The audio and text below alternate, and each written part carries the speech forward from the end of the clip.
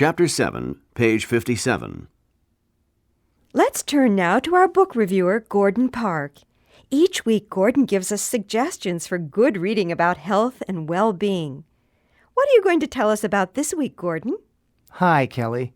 I want to talk about a book called Why Zebras Don't Get Ulcers by Robert Sapolsky.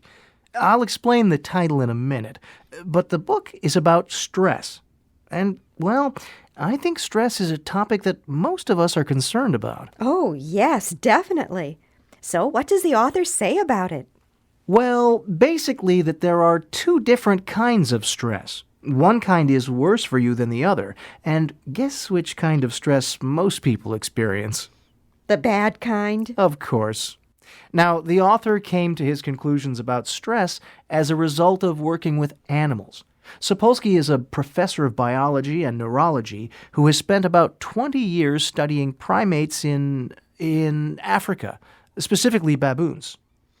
Baboons are a kind of monkey, right? Yes, that's right. So Sapolsky studied stress in animals, and then he made some parallels to stress in humans. And that's what this book is about. Interesting. First, tell us about stress in animals. Okay, remember, the title of the book is Why Zebras Don't Get Ulcers. Now, it's interesting because zebras might feel stress because they are being hunted by another animal. Obviously, that's stressful. Yes, but the interesting thing is that this kind of stress is very immediate. It's about living or dying within the next few minutes. It's not about what's going to happen in the next few weeks, months, or years. Uh-huh. But Sapolsky compares this type of stress that a zebra might experience to the baboon situation, and it's different.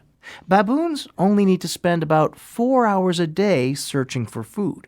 So Sapolsky argues that this gives baboons a lot of free time to worry and get stressed about things beyond immediate needs and survival.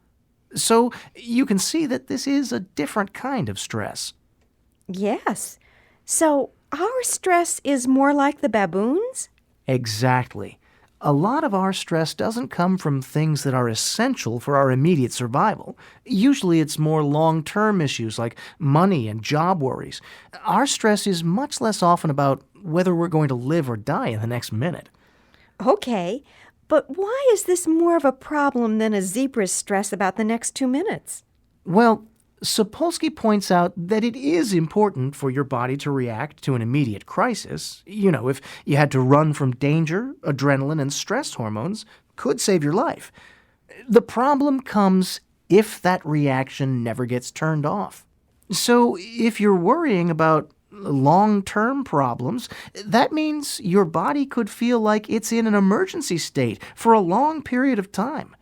Over time, this kind of chronic stress weakens the immune system, increases the risk of heart disease, and makes depression more likely.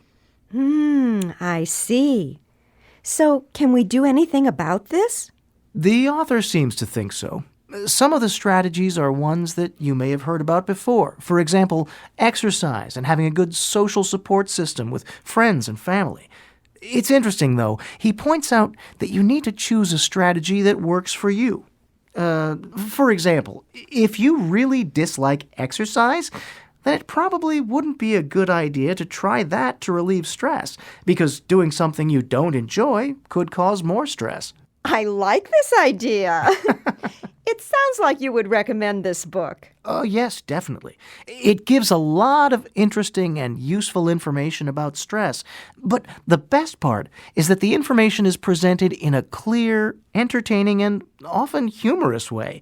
You can learn a lot from it, but it's not boring. Okay, another good book to add to our reading list. Thanks, Gordon.